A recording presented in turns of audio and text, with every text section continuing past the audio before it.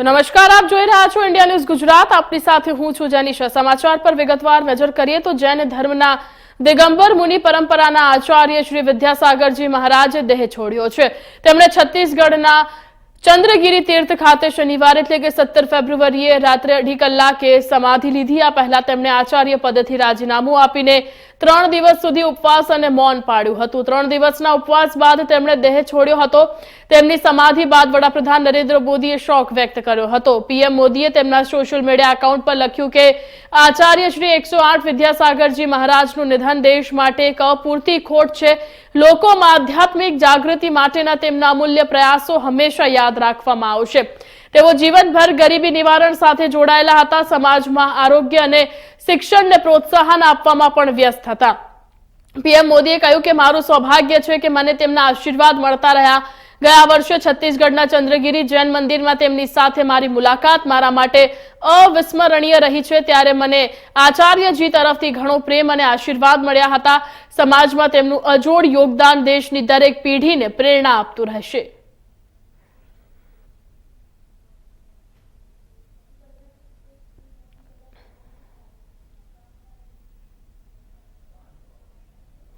समाचार में आगे बढ़िए तो केंद्रीय गृह मंत्री अमित शाहे परिवारवाद मुद्दे विपक्ष ने आड़े हाथ लीधो हतो। તેમણે કહ્યું કે કોંગ્રેસના ભૂતપૂર્વ વચગાળાના અધ્યક્ષ સોનિયાનું એકમાત્ર લક્ષ્ય પુત્ર રાહુલ ગાંધીને પીએમ બનાવવાનું છે કે જ્યારે બિહારના ભૂતપૂર્વ સીએમ લાલુ યાદવ તેના પુત્ર તેજસ્વી યાદવને મુખ્ય પ્રધાન બનાવવાનું લક્ષ્ય રાખી રહ્યા છે। ભાજપના ફાયર બ્રાન્ડ નેતાઓ આ વાતો દિલ્હીના ભારત મંડપમમાં ભાજપના રાષ્ટ્રીય અધિવેશનના બીજા દિવસે કહી છે। તો આ દરમિયાન અમિત શાહે કહ્યું કે કોંગ્રેસ પાર્ટીએ માત્ર વિરોધ કરવાનું કામ કર્યું છે, પછી તે 370 નો મુદ્દો હોય કે યુસીસી હોય, કોંગ્રેસ માત્ર અપમાન કરવાનું જાણે છે। વડાપ્રધાન નરેન્દ્ર મોદી પણ રાષ્ટ્રીય અધિવેશનમાં ભાગ લેવા પહોંચ્યા હતા। શનિવારથી શરૂ થયેલું આ સંમેલન 2 દિવસ સુધી ચાલ્યું છે। રવિવારે એટલે કે આજે આ કાર્યક્રમનો છેલ્લો દિવસ હતો। પહેલા દિવસે પસાર કરાયેલા પ્રસ્તાવમાં દેશની અર્થવ્યવસ્થા અને મોદી સરકારના કાર્યકાળમાં થયેલા વિકાસની વાતો કરવામાં આવી હતી। લોકસભા ચૂંટણી પ્રચારની શરૂઆત કરતા અમિત શાહે કહ્યું કે આજે હું તમારા બધા દ્વારા કરોડો ભાજપના કાર્યકરોને કહેવા માંગુ છું કે આગામી ચૂંટણીમાં 2 છાવણીઓ સામસામે છે। એક તરફ પીએમ મોદીના નેતૃત્વમાં એનડીએ ગઠબંધન છે અને બીજી તરફ કોંગ્રેસના નેતૃત્વમાં તમામ પરિવારવાદી પાર્ટીઓનું ઘમંડી ગઠબંધન છે। આ ગઠબંધન ભ્રષ્ટાચાર, પરિવારવાદ અને તુષ્ટિકરણની રાજનીતિનું પોષક છે। એનડીએ ગઠબંધન રાષ્ટ્ર પ્રથમના સિદ્ધાંત પર ચાલતું ગઠબંધન છે। ઇન્ડિયા ગઠબંધનના અન્ય પક્ષોને નિશાન પર લેતા અમિત શાહે કહ્યું કે જ્યારે કોંગ્રેસ આટલો ભ્રષ્ટાચાર કરે છે તો પછી તેના સાથી પક્ષો કેમ પાછળ રહેશે।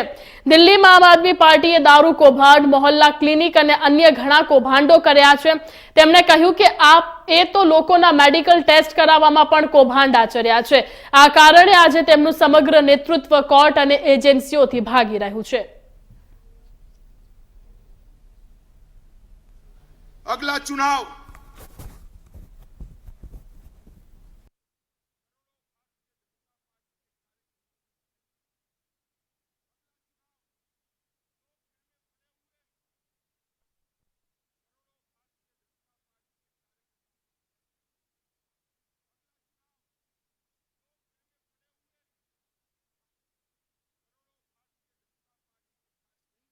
कांग्रेसियों को भी निमंत्रण भेजा, मगर उन्होंने तुष्टीकरण की राजनीति करना तय माना, इसको ठुकरा दिया।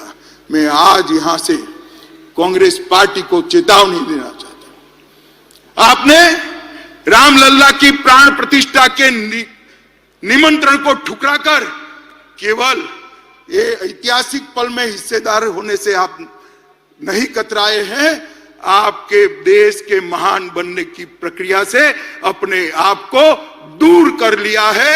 देश की जनता इसको देख भी रही है और याद भी रख रही है। कानूनी लड़ाई नहीं लड़ी है। 75 साल तक हम कानूनी लड़ाई लड़े और संपूर्ण लोकतांत्रिक तरीके से हमने राम मंदिर का निर्माण किया। इसका संपूर्ण यश हमारे प्रधानमंत्री नरेंद्र मोदी जी को जाता है। के 10 साल के अंदर देश सुरक्षित हुआ, देश समृद्धि की ओर आगे बढ़ा। 60 करोड़ गरीब जो आजादी के 75 साल तक 70 साल तक आप को विकास की प्रक्रिया के बाहर मानते थे, उसको मालूम ही नहीं था कि देश आजाद हुआ, लोकतंत्र आया, मुझे क्या मिला, मेरा क्या हिस्सा। भाइयों और बहनों, 60 करोड़ गरीबों को घर देना, घर में गैस का सिलेंडर देना, पीने का पानी का कनेक्शन देना, बिजली पहुंचाना, शौचालय देना, 5 किलो अनाज गरीब को फ्री ऑफ कॉस्ट मुफ्त में देना और 5 लाख तक का स्वास्थ्य का उसका खर्चा भी सरकार ने उठाया। ये 60 करोड़ लोग हमारे संविधान की सार्थकता को महसूस कर रहे हैं। एनडीए का गठबंधन और दूसरा है कांग्रेस के नेतृत्व में सारी परिवारवादी पार्टियों का इंडी अलायंस। देश को ये दोनों में से एक को चुनना है।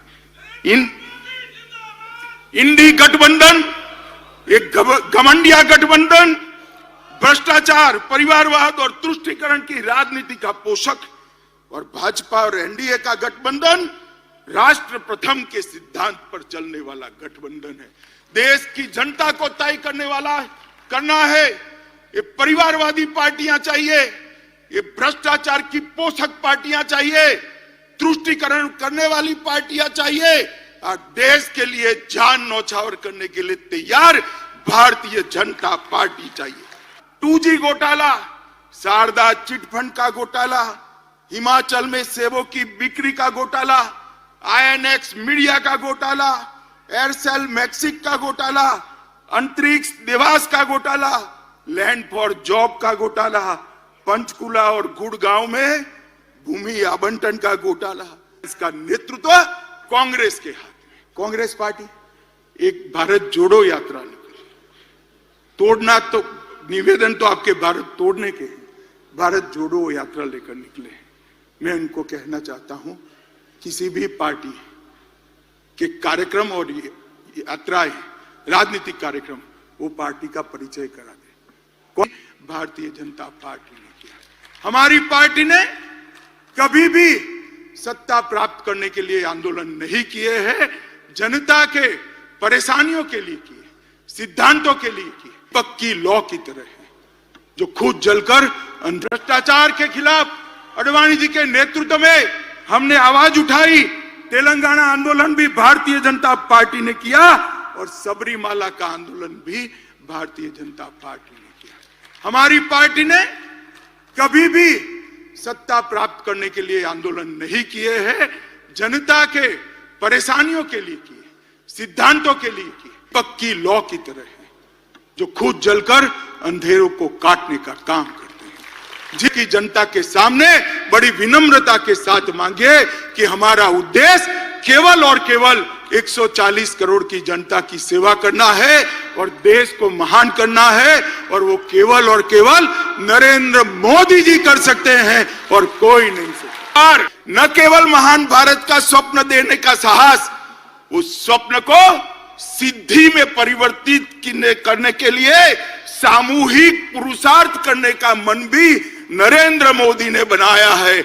और पूरे देश के सामने एक लक्ष्य रखा कि 2047 में भारत पूर्ण विकसित भारत होगा, आत्मनिर्भर भारत होगा, गुलामियों की निशानियों से मुक्त भारत होगा। ये संकल्प पहली बार 140 करोड़ की जनता के सामूहिक संकल्प के माध्यम से आज विश्व के सामने उभर कर आया है, और इस संकल्प का एक्नोलेजमेंट भी पूरा। સમાચારમાં આગળ વધીએ તો પીએમ નરેન્દ્ર મોદીએ કહ્યું કે ભાજપના દરેક કાર્યકરની જવાબદારી છે કે તે દેશના દરેક નાગરિકને, આપણા યુવાનોના ભવિષ્યને કોંગ્રેસથી બચાવે। કોંગ્રેસ અસ્થિરતા, ભ્રષ્ટાચાર, તુષ્ટીકરણની જનની છે।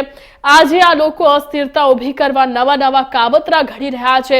કોંગ્રેસ પાસે વિકાસનો એજન્ડા નથી, તેઓ ભાષા અને પ્રદેશના આધારે દેશને વિભાજિત કરવામાં વ્યસ્ત છે।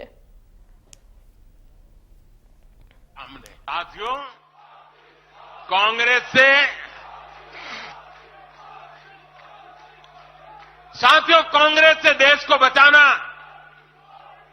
देश के हर नागरिक को बचाना, हमारे बच्चों का, हमारे युवाओं का भविष्य बचाना बीजेपी के प्रत्येक कार्यकर्ता का दायित्व है। कांग्रेस का ट्रैक रिकॉर्ड हम सभी के सामने है।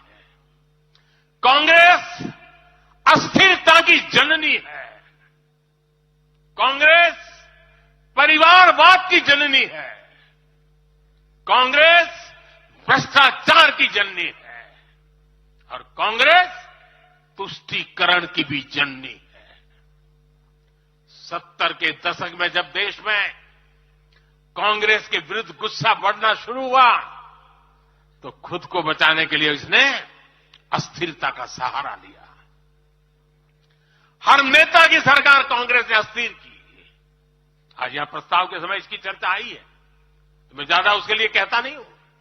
आज भी ये लोग अस्थिरता पैदा करने के लिए नई नई साजिशें कर रहे हैं। इन लोगों ने मिलकर जो गठबंधन बनाया है उसकी भी यही पहचान है। कांग्रेस के पास विकास का एजेंडा नहीं है, फ्यूचर का रोड मैप नहीं है। ये देश को कभी भाषा के आधार पर तो कभी क्षेत्र के आधार पर बांटने में जुटे हुए हैं। साथियों, कांग्रेस का एक सबसे बड़ा पाप ये रहा है कि वो देश की सेनाओं का मनोबल तोड़ने से भी पीछे नहीं रहे। भारत की राष्ट्रीय सुरक्षा और सामरिक शक्ति को नुकसान पहुंचाने में कांग्रेस ने कोई कसर नहीं छोड़ी है। जब भी देश के रक्षा क्षेत्र में कोई बड़ा काम हुआ, जब हमारी सेनाओं ने कोई उपलब्धि हासिल की, कांग्रेस ने हर बार उन पर सवाल उठाए। आप सिर्फ सोचिए कि 5 साल पहले इन लोगों ने क्या कहा था। इन लोगों ने हर कोशिश की कि हमारी वायुसेना को राफेल जैसे एडवांस एयरक्राफ्ट न मिल पाए। इन्होंने अब प्रचार किया कि हिंदुस्तान एरोनॉटिकल लिमिटेड को, HAL को खत्म किया जा रहा है। ये लोग तो HAL के बाहर फोटो तक खींचवाने के लिए चले गए थे। लेकिन देखिए HAL आज कैसे धूमधाम से आगे बढ़ रहा है।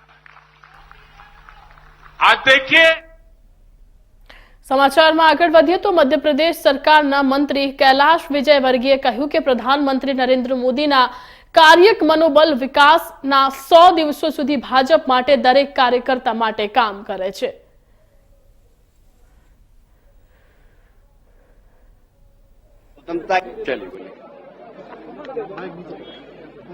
मोदी जी ने सभी कार्यकर्ताओं को 100 दिन जिम्मेदारी के साथ देश के लिए काम करना है, क्योंकि भारतीय जनता पार्टी की सरकार देश को आगे बढ़ाने के लिए काम कर रही है।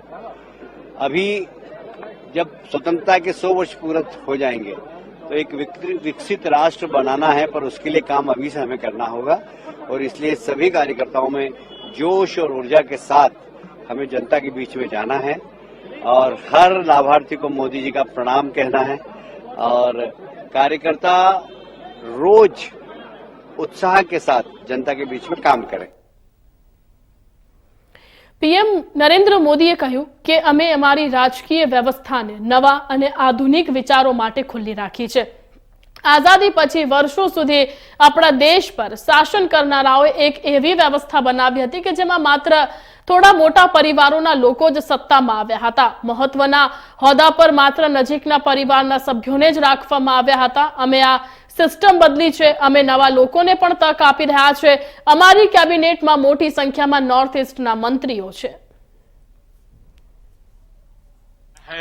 हमने अपनी राजनीतिक व्यवस्था को नए और आधुनिक विचारों के लिए खुला रखा है।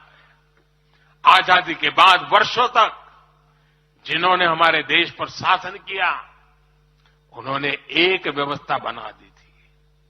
उस व्यवस्था में कुछ बड़े परिवारों के लोगों को ही सत्ता के केंद्र में रहे, उनके आसपास रहने वाले लोगों को ही राजनीतिक ताकत मिलती रही। अहम पदों पर परिवार के करीबियों को ही आगे बढ़ाया गया। हमने इस व्यवस्था को भी बदल दिया। हमने नए लोगों को मौका दिया कि वो हमारी व्यवस्था का हिस्सा बने और परिणाम ला करके दिखाएं। इससे व्यवस्था में नयापन आया और इसका लोकतांत्रिक स्वरूप कायम रहा। हमारी कैबिनेट में रिकॉर्ड संख्या में नॉर्थ ईस्ट के मंत्री हैं। नागालैंड से पहली बार एक महिला राज्यसभा में सांसद बन गई है। हमें गर्व है कि हमने पहली बार त्रिपुरा के व्यक्ति को काउंसिल ऑफ मिनिस्टर्स के अंदर स्थान दिया है। पहली बार हमारी सरकार में अरुणाचल प्रदेश को कैबिनेट मिनिस्टर मिला है। पहली बार गुर्जर मुस्लिम को राज्यसभा के लिए नॉमिनेट किया गया है। हमारी सरकार में ही गोवा से कैबिनेट मंत्री बनाया गया। हमें गर्व है कि हम बीजेपी के एक ऐसी संस्कृति का हिस्सा है जो मंत्रालय में रिकॉर्ड ओबीसी प्रतिनिधित्व सुनिश्चित किया जाता है। अमित भाई ने इसका विस्तार से वर्णन किया, इसलिए मैं ज्यादा इसके ऊपर नहीं कहना चाहता। સમાચારમાં આગળ વધીએ તો દિલ્હીમાં ભાજપની રાષ્ટ્રીય કાર્યકારિણીની બેઠકમાં ભાજપના રાષ્ટ્રીય અધ્યક્ષ જેપી નડ્ડાનો કાર્યકાળ લંબાવવામાં આવ્યો છે। નડ્ડાને જૂન 2024 સુધી એક્સટેન્શન મળ્યું છે। ગૃહમંત્રી અમિત શાહે પત્રકાર પરિષદમાં આની જાહેરાત કરી હતી। જેપી નડ્ડા લોકસભા ચૂંટણી સુધી રાષ્ટ્રીય અધ્યક્ષ પદ પર રહેશે। રાજ્યસભાની રાષ્ટ્રીય કાર્યકારિણીમાં જેપી નડ્ડાનો કાર્યકાળ વધારવાના પ્રસ્તાવને મંજૂરી આપવામાં આવી છે। ભાજપ હવે તેમના નેતૃત્વમાં લોકસભાની ચૂંટણી લડશે। ભાજપે પોતાના માટે 370 અને એનડીએ માટે 400 નો લક્ષ્યાંક રાખ્યો છે।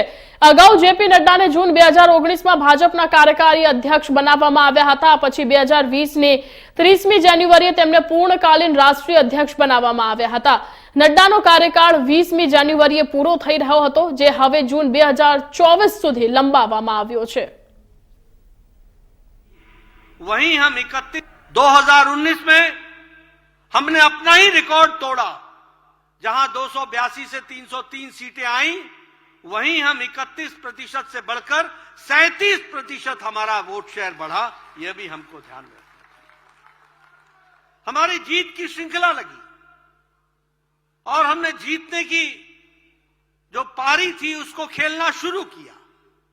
हमें याद है कि 30 साल बाद पूर्ण बहुमत की सरकार मोदी जी के नेतृत्व में 2014 में बनी और उसके बाद 5 साल बाद फिर से अगर कोई दोबारा सरकार पूर्ण बहुमत की बनी तो वो आदरणीय प्रधानमंत्री मोदी जी की बनी।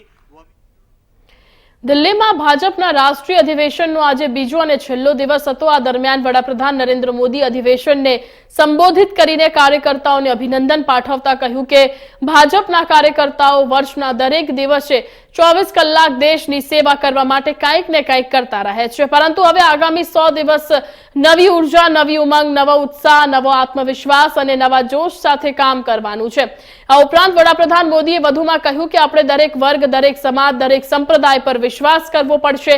જૈન આચાર્ય વિદ્યાસાગર મહારાજને શ્રદ્ધાંજલિ અર્પિત કરી હતી। આ દરમિયાન વડાપ્રધાન મોદી ભાવુક થયા હતા। તેમણે પોતાના સંબોધનમાં વધુ કહ્યું હતું કે ભારતે છેલ્લા 10 વર્ષમાં જે ગતિ હાંસલ કરી છે, મોટા લક્ષ્યાંકોને પ્રાપ્ત કરવાની હિંમત મળી છે, તે અભૂતપૂર્વ છે। ભારતે આજે દરેક ક્ષેત્રે જે ઊંચાઈ હાંસલ કરી છે, તેણે દરેક દેશવાસીઓને એક મહાન સંકલ્પ સાથે જોડી દીધો છે। આ વિકસિત ભારતનો સંકલ્પ છે।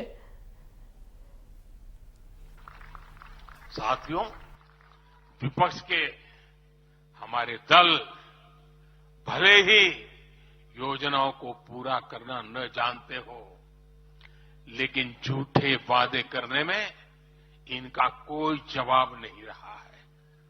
बावजूद इसके आज एक वायदा करने से ये सारे राजनीतिक दल घबराते हैं। एक भी राजनीतिक दल के मुंह से नहीं सुना होगा आपने। जो वायदा हम कर रहे हैं ना, इसका जिक्र तक करने का उनमें सामर्थ्य नहीं है।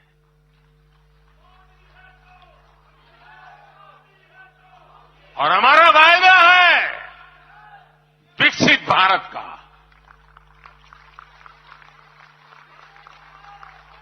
इन लोगों ने स्वीकार कर लिया है कि ये लोग भारत को विकसित नहीं बना सकते। सिर्फ और सिर्फ बीजेपी ही ऐसी पार्टी है, एनडीए ही ऐसा एक गठ है जिसने इसका सपना देखा है। हम मिशन मोड पर भारत को 2047 तक देश जब आजादी के 100 साल मनाएगा, हम भारत को विकसित देश बनाने के लिए काम कर रहे हैं। हमने तीसरे टर्म में भारत को दुनिया की तीसरी बड़ी आर्थिक ताकत बनाने का संकल्प लिया है और ये मोदी की गारंटी है।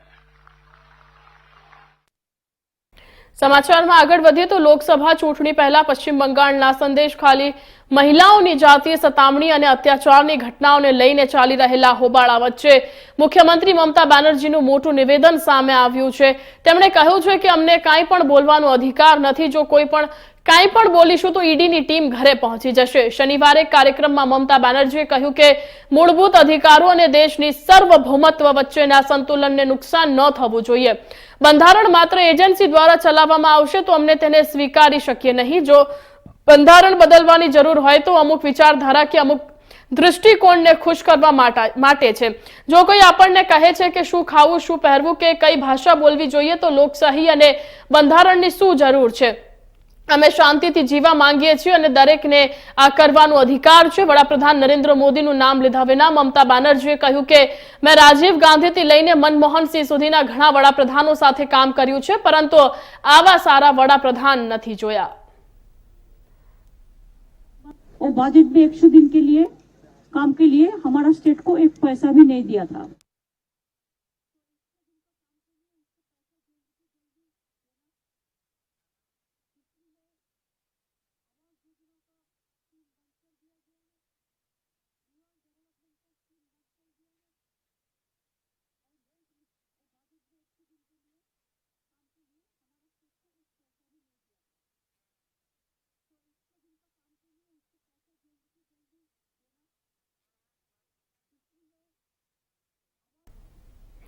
તો અમદાવાદમાં રિવરફ્રન્ટ ખાતે રાજ્યપાલ આચાર્ય દેવવ્રતે દેશના દિવ્યાંગ હસ્તકલા કારીગરો દ્વારા નિર્મિત ચીજ વસ્તુઓના દિવ્ય કલા મેળાને ખુલ્લો મૂક્યો હતો। આ પ્રસંગે રાજ્યપાલે હસ્તકલા સ્ટોલ્સની મુલાકાત લીધી અને દિવ્યાંગ કારીગરો સાથે સંવાદ સાધ્યો હતો। અમદાવાદ પર સૌપ્રથમ વખત આયોજિત આ મેળો 25મી ફેબ્રુઆરી સુધી ખુલ્લો રહેશે। આ મેળામાં દેશના 20 રાજ્યોના લગભગ 100 જેટલા દિવ્યાંગ કલાકારોએ સ્ટોલ્સ મૂક્યા છે।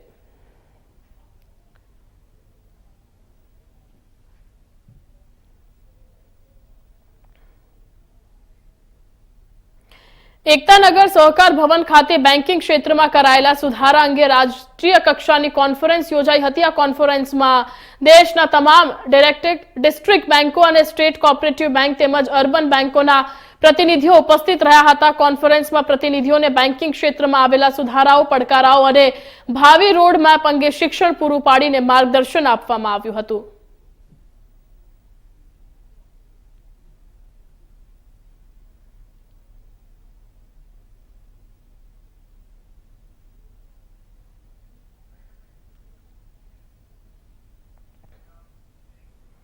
તો હતા અત્યાર સુધીના મુખ્ય સમાચાર। વધુ સમાચાર અને અપડેટ માટે જોતા રહો ઇન્ડિયા ન્યૂઝ ગુજરાત। નમસ્કાર।